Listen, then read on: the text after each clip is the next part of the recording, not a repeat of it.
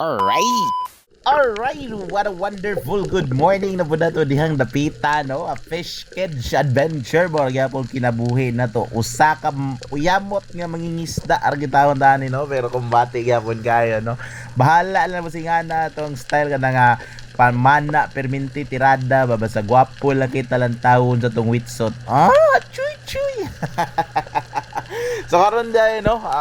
Small tips videos na po na to ang balikan o kuwag idea para ka-share na to social media. Sagpa ko na.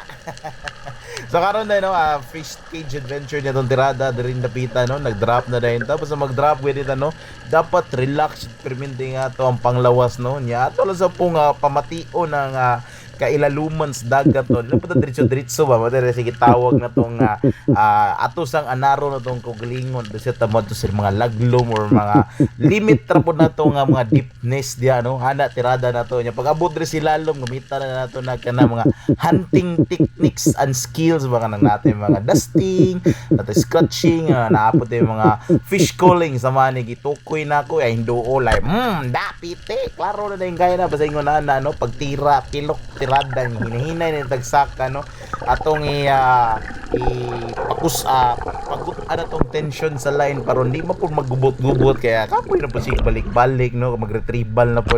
So kumbati kayo usa na tong nakuha karon, no, usa ka rabbit fish or usa ka pakitong So moro to, no, small tip video ako gi-share dire og see you next episode. All right.